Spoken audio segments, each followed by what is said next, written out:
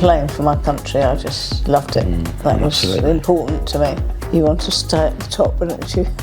when you're a top player, you want to stay there. We were amateur, and we just had to work as well. The people I've worked with, oh, did you have a nice holiday? And I said, well, I don't think it was a holiday, but they didn't understand sport and they didn't understand what I'd actually done.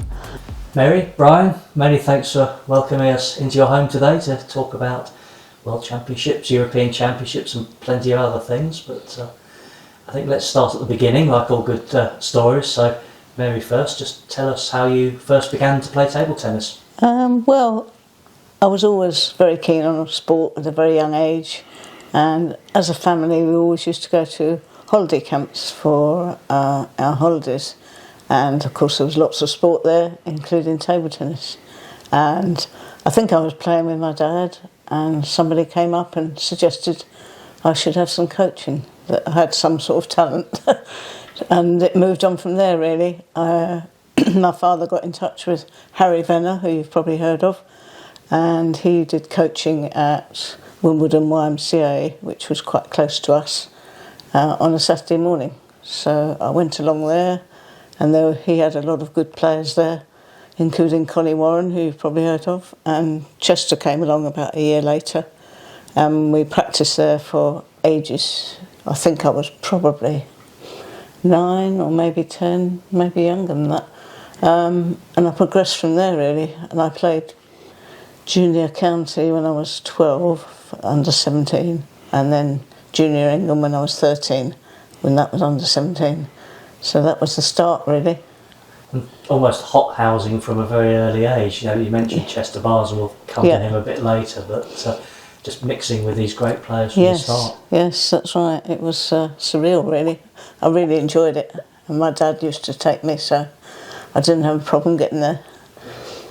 Brian, what were your first steps?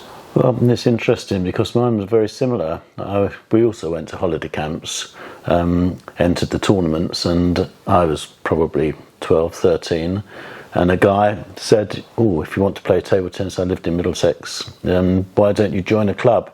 And there was a club at West Ealing, which was about 5, 6, 7 miles from me. So I got on the bus and got across to West Ealing, and little did I know that was the best club in England. We had Victor Barner was a member there, the Rowe twins, Diane Rowe, lots of international players. So I was so lucky that immediately I mixed in with really, really good players. But I was very young, so it was on the buses out there and on the bus back home. So how quickly did you progress up, both of you, up to international recognition? Well, I think I was quite quick really, because playing junior England when I was 13, and then we played in loads of tournaments and things, and then of course I got paired up with Di a bit later on, and that was plummeted, you know, shot forward really from there. And you went off to the first real international success, I guess, at the 1962 European Championships, and that was winning the women's doubles. Yes. With Diana Silver in the women's team. So how old were you then, first? 18. So quite a large experience at a young age. It was a first trip. I mean, I wasn't aware that the Berlin Wall had gone up the year before.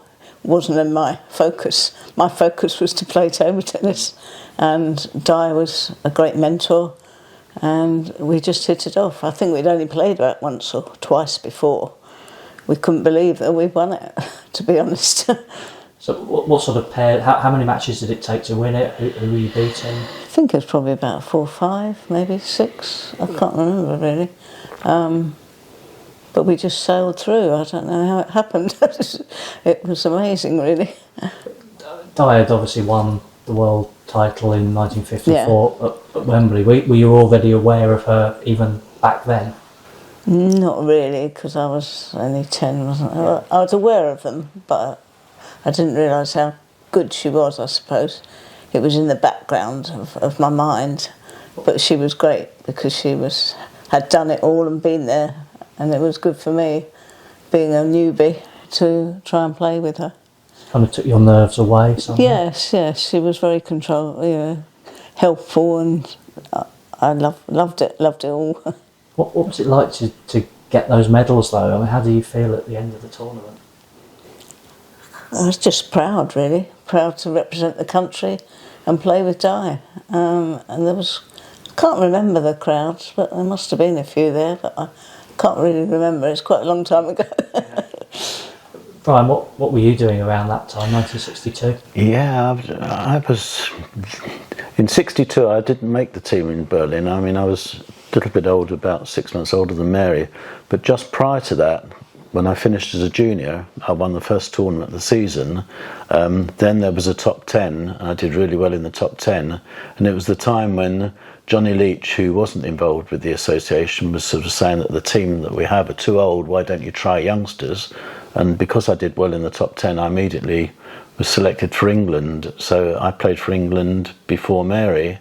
And it was too early because I wasn't good enough. Fabulous trips abroad with Di. Rode the first one to Scandinavian Open. She got to the final of the Scandinavian Open.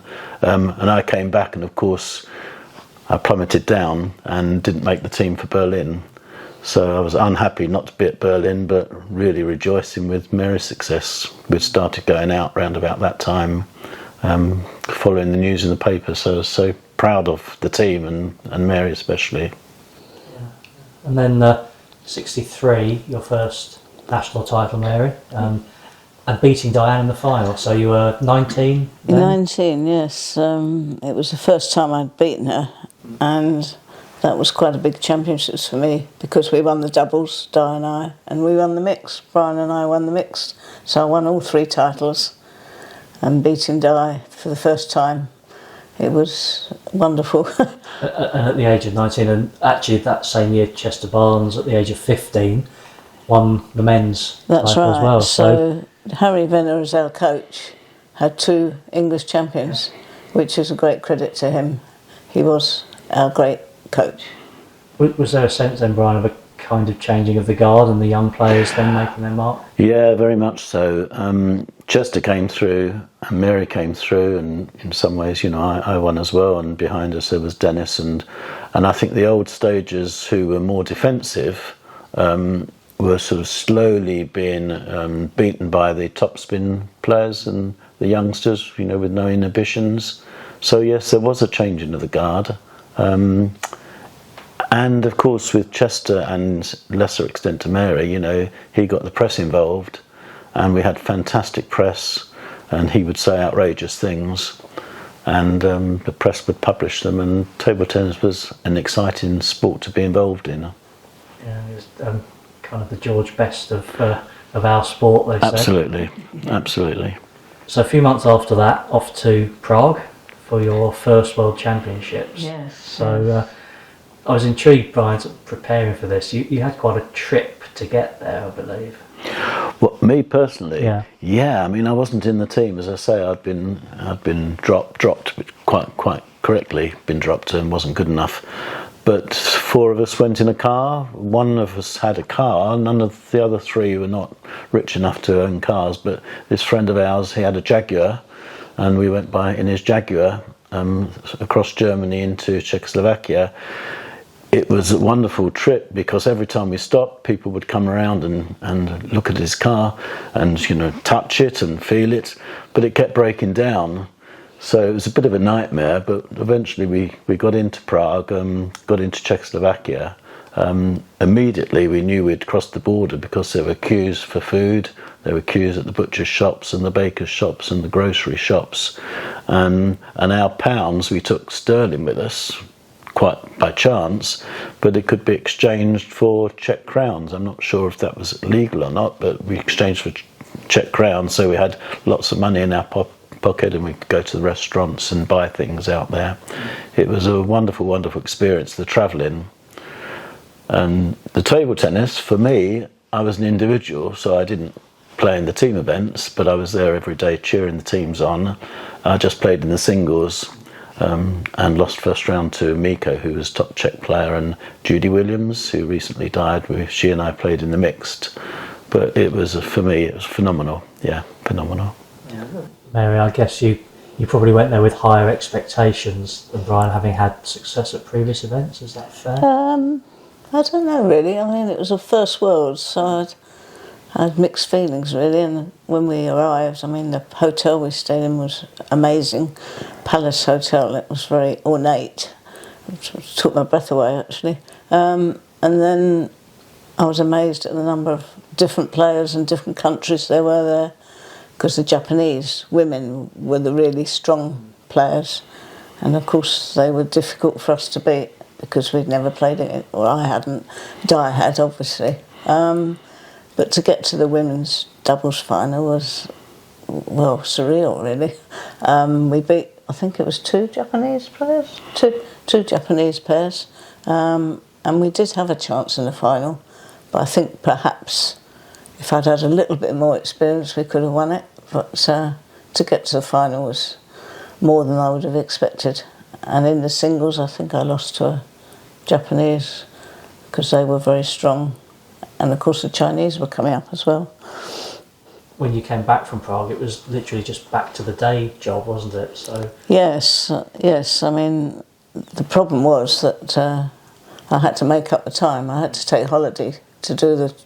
I didn't get a free time off. I had to either lose money, which we couldn't afford to do, or take holiday.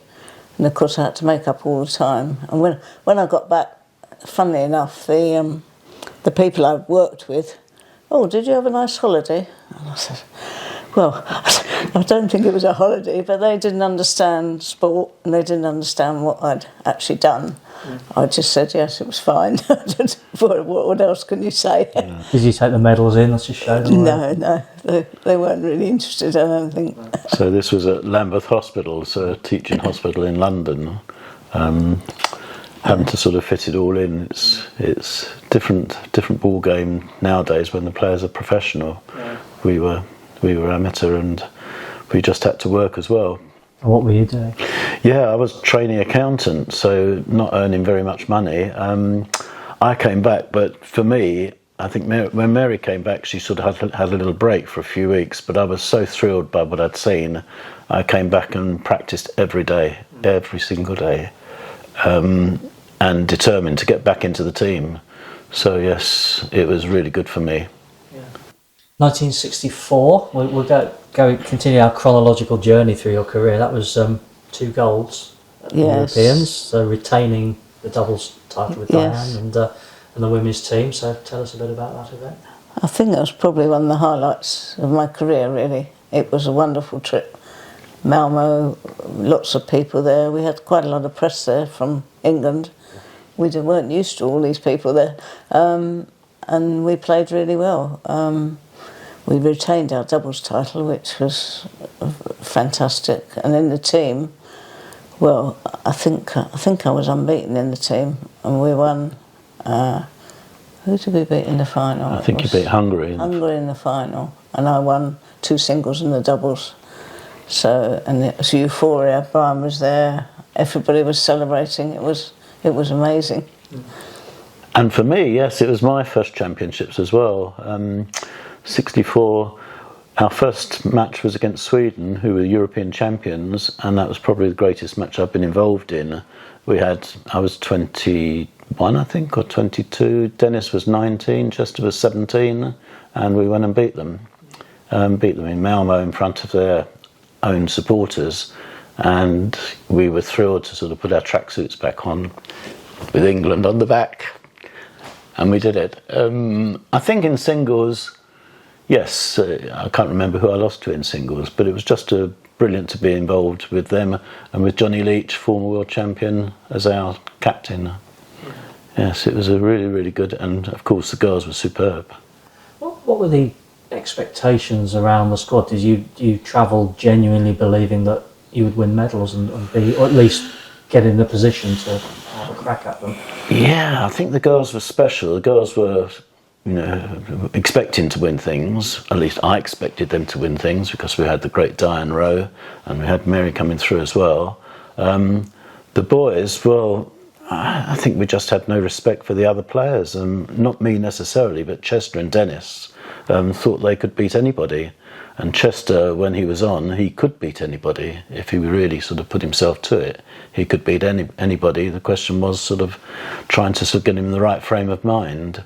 So as a team, we were young, but sort of going places. But then there were other countries who were also similar, the Swedes especially. Yeah, I think our advantage in the team events was that Di and I were expecting to win the doubles every time. So we only needed to win 2 singles out of the 4. Yeah. And, we had different styles. So Di could beat certain people and I could beat certain people. So we had a very good team effort. And playing for my country, I just loved it. That was important to me. And it continued into the following year, back to the Eastern Bloc, behind the Iron Curtain, to what was then Yugoslavia for the World. And going in as European champions, you would have had some high hopes, presumably. Yes, we did, but we knew the Japanese were there, so that made it difficult. Trying to remember what we did there. We lost in the doubles. That was a disaster. I don't know what happened. We had a particularly bad day. Neither of us could do anything. So that was very unfortunate. But in the team, we did brilliantly. We managed to get to third in the world. We lost in the semi-final to Japan.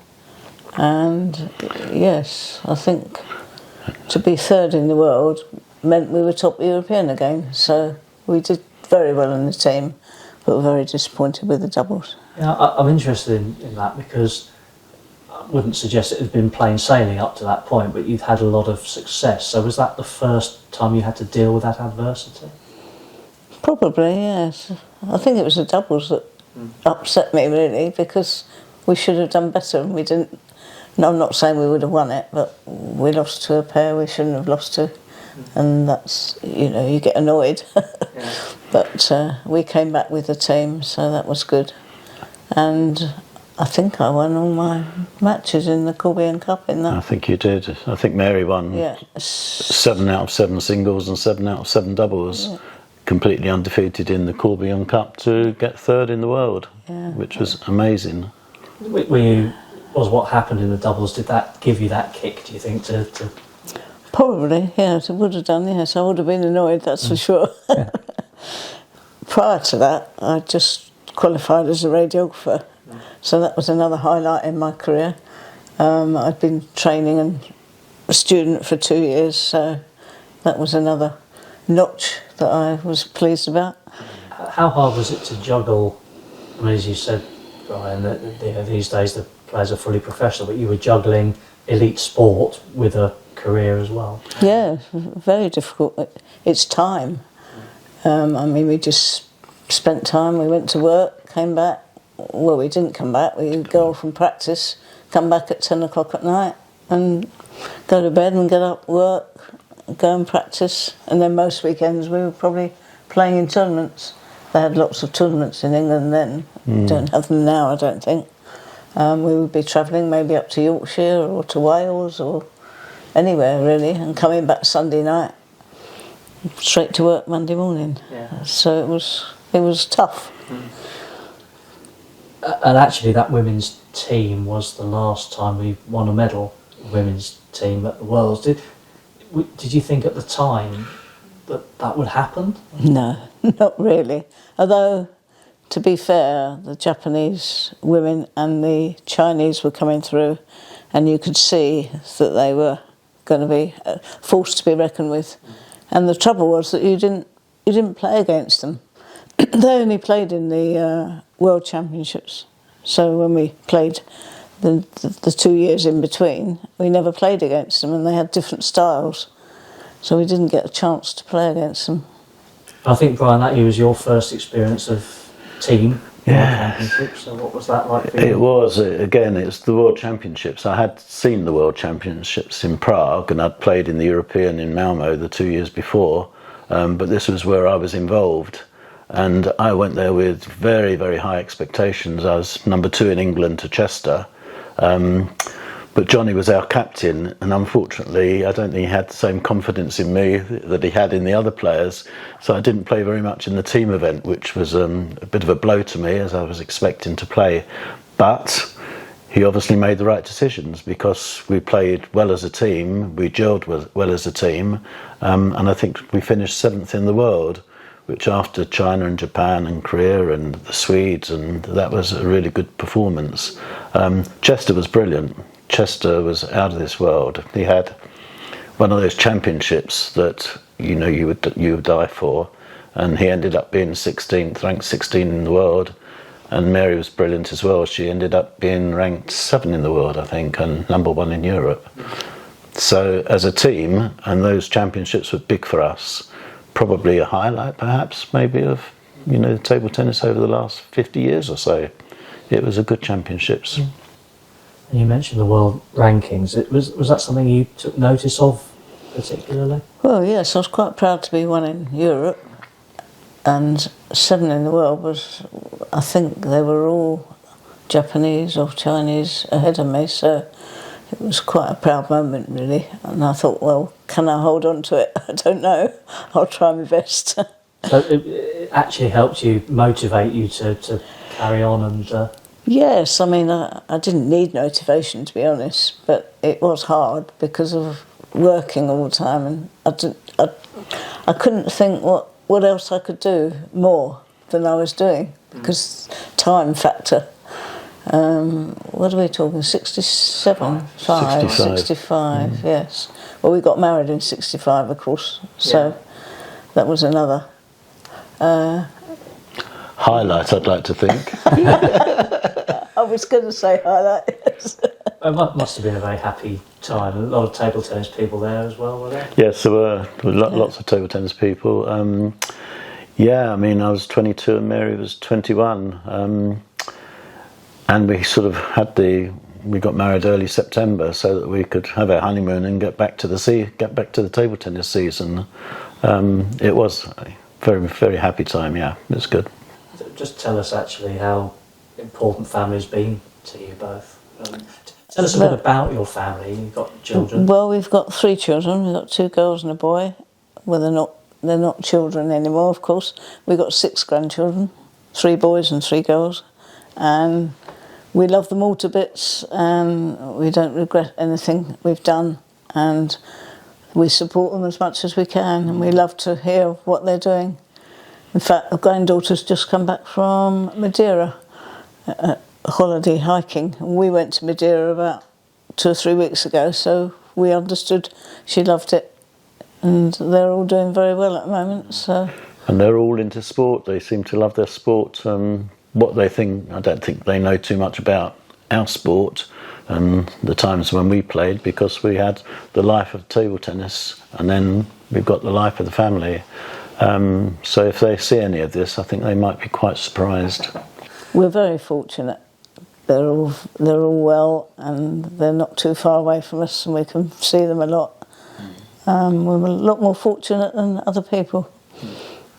So we'll sort of get back on track and go to Wembley for 1966 in a moment, but just you kind of spent years watching each other play, supporting each other. Were you nervous spectators? What was it like watching your boyfriend, girlfriend, and then spouse later on actually playing?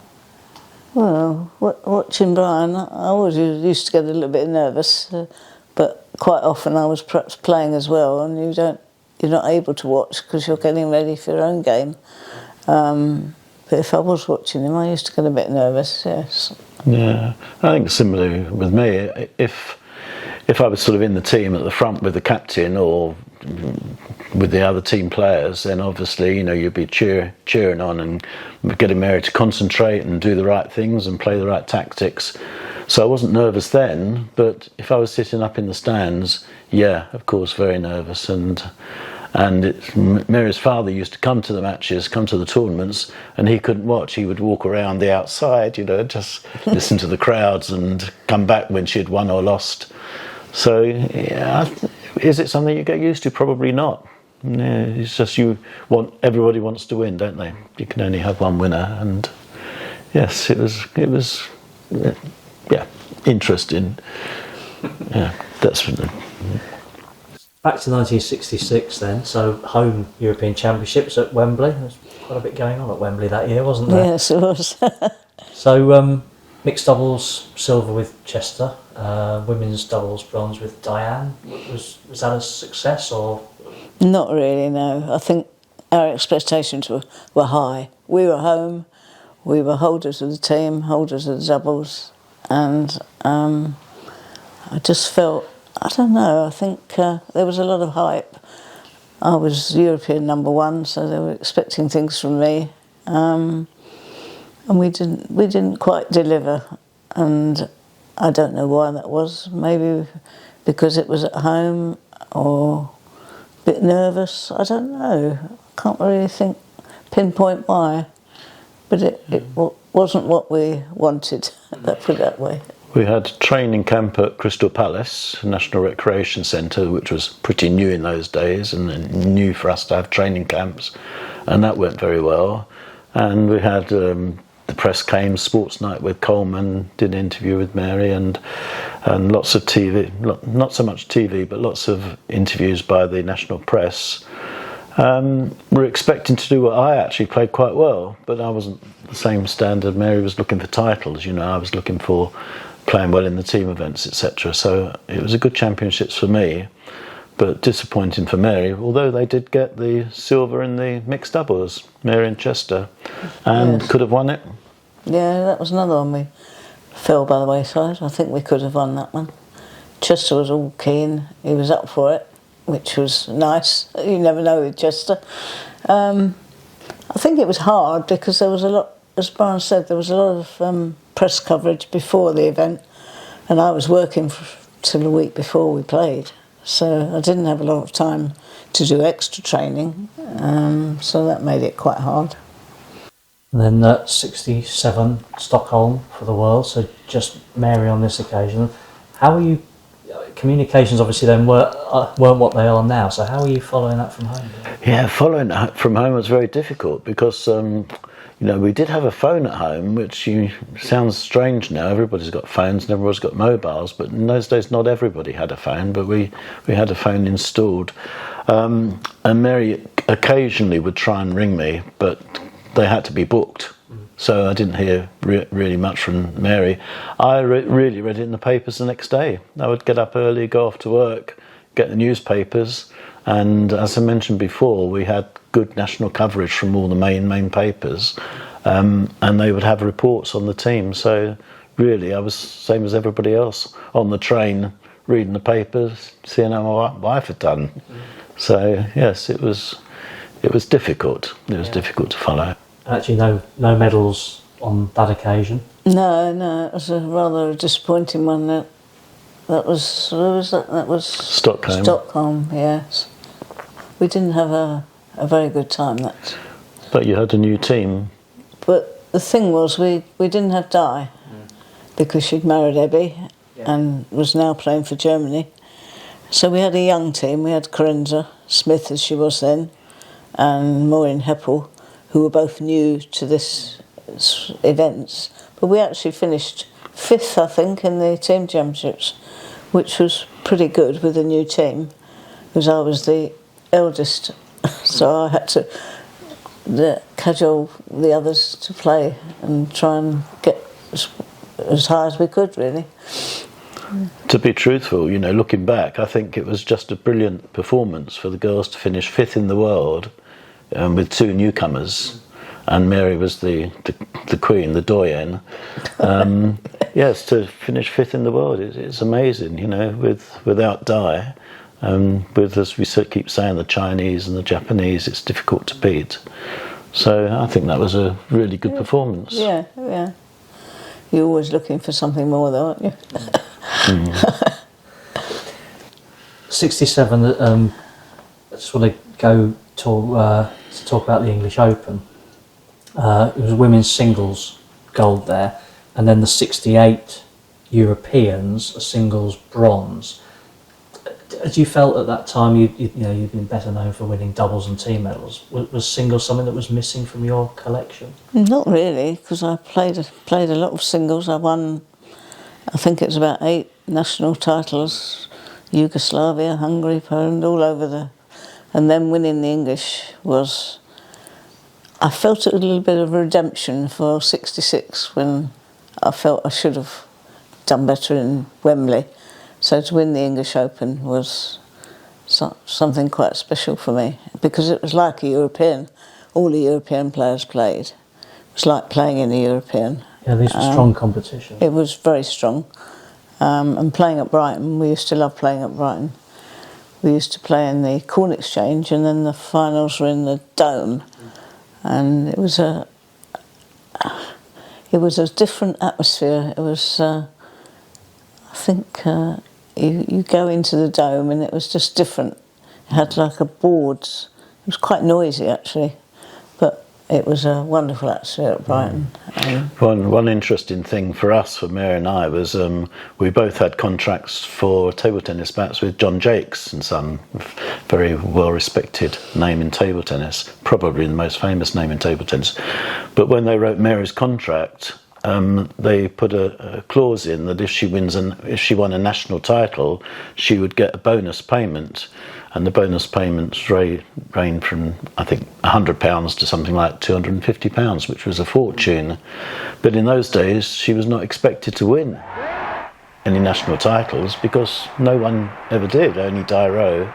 And Mary came along and she won 8. So yeah, she won the Yugoslav and the West German, and she won the Polish and the Welsh, and anyway, she won 8 national titles. So really, it was big money for us. Coffers for our mortgage. For our mortgage. Yes. And the same house we're sitting in now, was that? Yeah, well, it would have been helped. Yes. Well, we were living in Mitcham at the time, in the Masonette, but obviously we had a big mortgage. And neither of us were earning that much money, so everything helped. Yes. So good old John Jakes, they suggested the clause and they just put it in. It's not something Mary would have suggested because you never really thought that she'd be that good. So Munich, 1969 we come to, and third and final World Championship medal, this time in the mix with Dennis. That's right, yes. Tell us about that run to the semis. Well, it was getting to the championships at all was the difficult part. I had Jackie and my daughter in November '68, and I think that championship was probably April. So I had to try and get myself fit after giving birth, and I didn't play in the English championships in January because I wasn't really fit enough. So I had to train like mad, or try to train.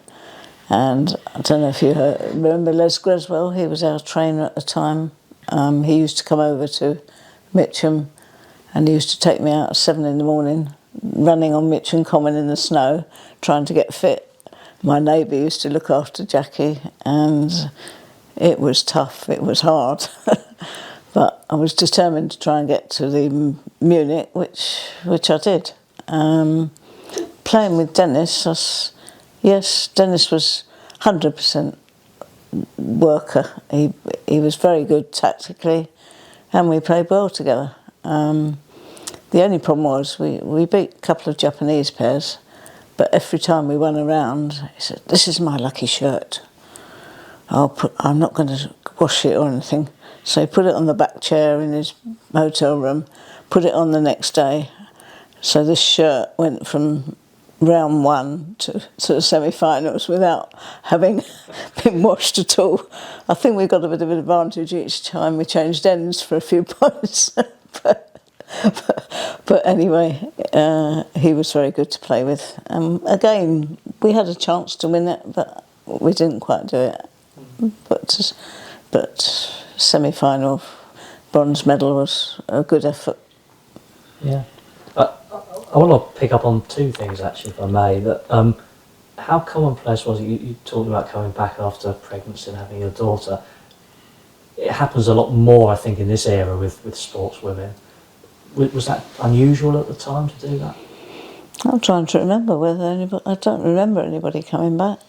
Can't remember anybody. It was tough. I mean, the thing was you didn't have the money to sort of get a babysitter, or I had to rely on my mum or friends to look after her, because Brian was obviously working. So it wasn't easy, and I don't recall anybody else coming back. No, I think it was unusual. Yeah, it was unusual. Can't remember anybody. Yeah. The other thing I wanted to pick up on was just how well you and Dennis gelled together. We've spoken to Dennis, and he said your playing style was more like the male playing style. Yeah. And, he meant this as a compliment. Was that something that you consciously developed your playing style to? Well, I think I was an attacking player, and I wasn't afraid to hit against the men or receive from the men. So I think that's probably what Dennis means, that I was like playing like a man, because I was attacking and we were both attacking, and we both going for it together. So I think, that was well. And he was tactically very good. He would, advise what type of serve to do or where to stand, and it was good. You surprised that he's gone on to be a very successful coach? Yeah, I was actually, yes. But he was so dedicated to the sport and so determined. He would be successful whatever he did, I think. You played with Chester as well, as we've mentioned. I mean, two quite fiery characters. Yeah. What was that like? Chester was a different kettle of fish, really. He had amazing talent. He could have been so much better than he was, but his mental side was not. If he was in the mood to play, he played fantastic, as Brian said, in wherever it was it Stockholm? He played wonderfully, but another tournament, if he didn't feel like playing, he virtually didn't try half the time, and that's so depressing for the people watching. Yeah. So frustrating, because you knew he could. But we had some success together. He played well with me most of the time, but it was slightly different to Dennis. Yeah. And Brian, you were back in the men's team for that 1969 World. So one of the highlights of your career, perhaps, because I think you were unbeaten in the team. Yes, I was unbeaten in the team. I don't think I played against China and Japan. Yes, I'd got back into the team, so that was really good for me, having sort of missed the previous Worlds and European. So I was delighted to be back April '69. As a team, we were fantastic. We did really, really well. Johnny, again, was our captain. I think we finished. Alan Hydes came really good towards the end, and I think we finished 5th or 6th or 7th in the world as a team. It was a good championship. It was just prior to the Munich Olympics, so they were getting everything ready. Much excitement in Germany, and Ebbe Scholler was the star. So everybody, was wanting Ebbe to play well, but as a team we did well, and as a team I think the girls did well as well. And Dennis, he was my doubles partner in England as well. He was great to play with. He was a real good lad, and he gave it 100% every single occasion. So not perhaps like Chester. Chester had his moments, but good and bad. You mentioned Ebbe, of course, married to Diane. Was it a little bit strange that were you kind of rooting for Diane to win, but you also knew that if you came up against her, you'd have to beat her? Yes, I mean, I did play her a few times, and generally, once I'd beaten her that once back in '69, I usually beat her. She was defensive and I was attacking, and I had the style that she found difficult and I found easier. So playing her when she played for Germany was a bit strange, I must admit. But when Ebbe played at Munich, everybody wanted Ebbe to win, except obviously the Japanese. And he had a chance to win. I think he was 2-0 up and 2-1 up. And then this Ito from Japan, he disappeared, and when he came back he played, I don't know. Out of his socks. It was like he'd had a, I don't know. It was amazing. He just came back and hit everything, and Ebbe lost. It was tragic really, because he deserved to win. So we've talked a lot about European, world success, English Opens, and you know, to mention 4 successive women's doubles golds in the English Open as well. 15 English national titles, and 6 of those were singles. So quite a lot of achievements. If you had to pick one, which one would you pick as the... Yeah, it's a very difficult one. I'd have to pick about 3, I think. I'll let you do that. Malmo was fantastic. That was one of the highlights of all the championships I played in. It was just magical. We had so many people there cheering. I played really well. The whole team played really well, and we had great support from everybody there. And the same year was the year that I qualified as a radiographer, so it was a good year that year. The other one probably would be beating Di for the first time in the English close when I was 19, which was the first time I'd beaten her and one of many. And I suppose the third one would be the last time I won it, which was when I beat Jill Shirley, as she was then, Jill Parker now. She was the up-and-coming and I was at the end of my career, but I did manage to beat her that last time. So those are the 3 I think I would remember most. And it came to an end after a final European Championships in 1970. A couple of bronzes at that one in the mixed and the team. Yeah. Was it a difficult decision to retire at that point? Not really, no. I think we had Jackie. I always felt sad to leave her when I went to play. Brian was working, so she had to go to my parents or had to go somewhere, and it was difficult. We also wanted to have another child, and you just can't put the time to practice. I think if I'd carried on I wouldn't have been able to do the training, and I think my standard would have dropped, and it wasn't something I wanted to do. You want to stay at the top, don't you? when you're a top player, you want to stay there.